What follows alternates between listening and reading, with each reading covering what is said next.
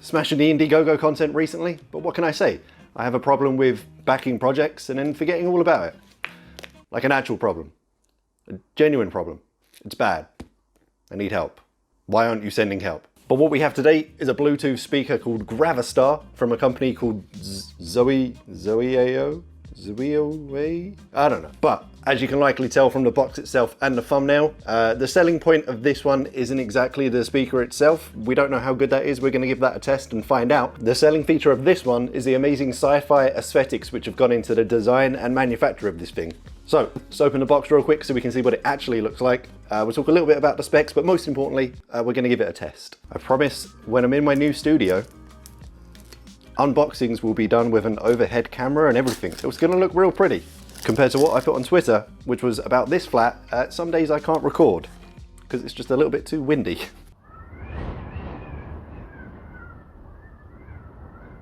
So we've got instructions, some nice protective padding,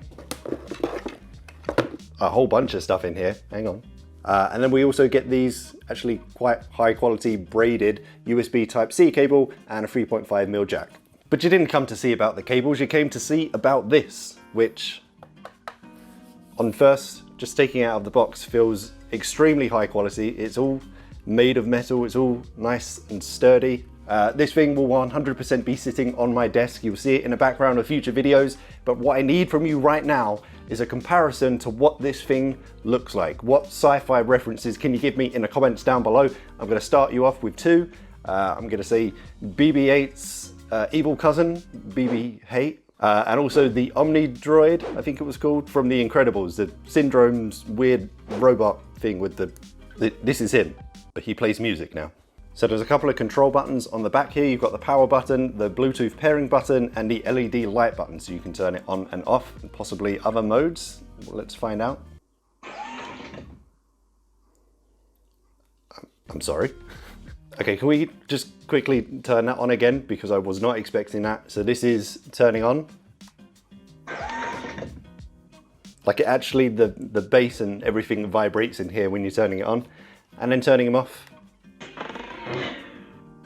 Very cool sound effects, very small thing, but something I massively appreciate in stuff like this. It's the small things which make a difference. So what you see on the top here, the volume control is actually touch controlled, so you can run your finger up and down or just poke to where you want it to be, which Gravastar themselves have described on the website as simple and fun. Let that sink in a minute. Fun.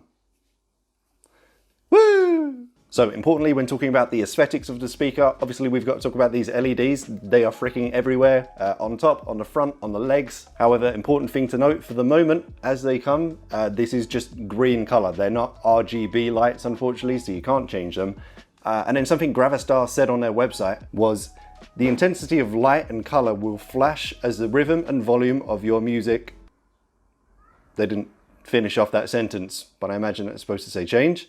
It might feel like Gravastar had the same emotions with you at this moment.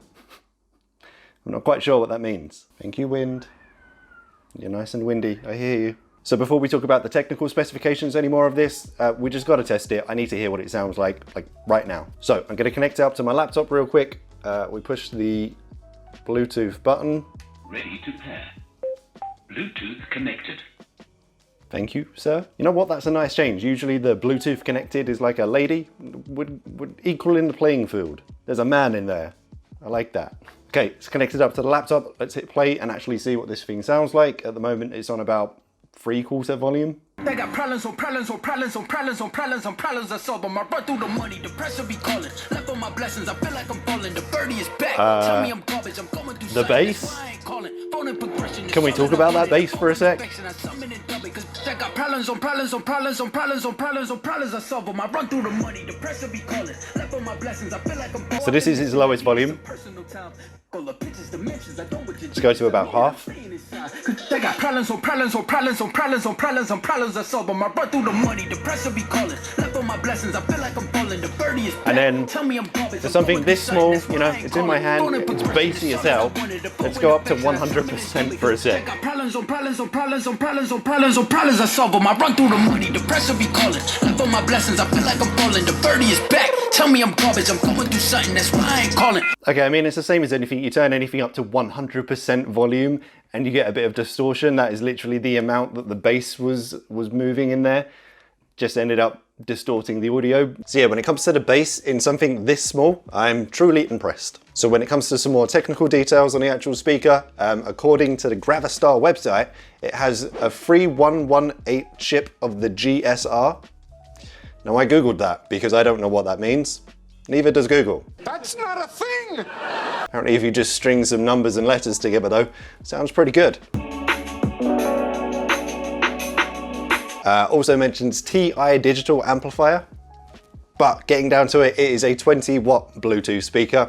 So for something this size, the amount of bass you get out of it, that is pretty good. As I already mentioned, USB Type-C connection to charge this. I'm a bit confused on the battery life because all over the website it says it's got 30 hours of battery, whereas the outside of the box says 24 hours. So now I don't know who to believe. Either way, 24 hours, 30 hours, it's a long ass time. It's 10,000 milliamp hours of battery.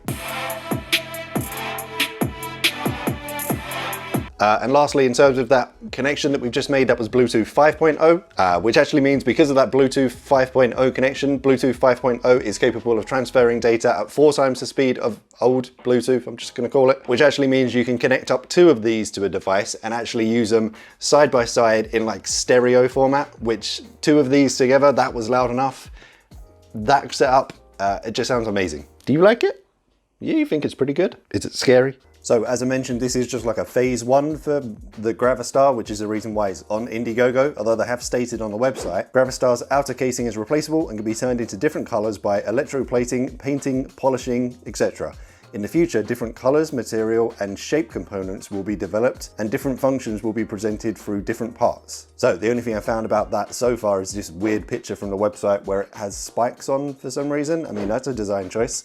But one of the things I can imagine also in a phase 2, those lights 100% need to be RGB. So it is available on Indiegogo right now. Despite the shipping date or the estimated shipping date saying June, it's, for your reference, end of April right now.